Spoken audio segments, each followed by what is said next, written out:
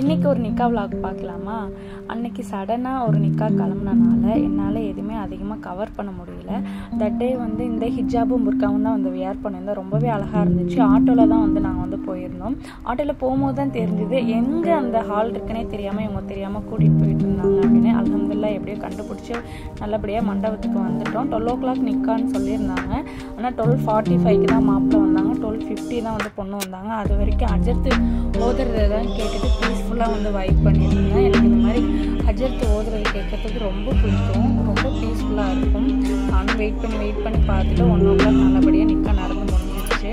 அந்த ஹால் பார்த்தீங்கன்னா ரொம்பவே சிம்பிளாக இருந்துச்சு. ஆனால் கிராண்டாக எதுவுமே இல்லை, டெக்கரேட்லாம் பண்ணல. ஆனால் அவ்வளோ ஒரு பார்க்கவே எலகண்ட்டாக சூப்பராக இருந்துச்சு.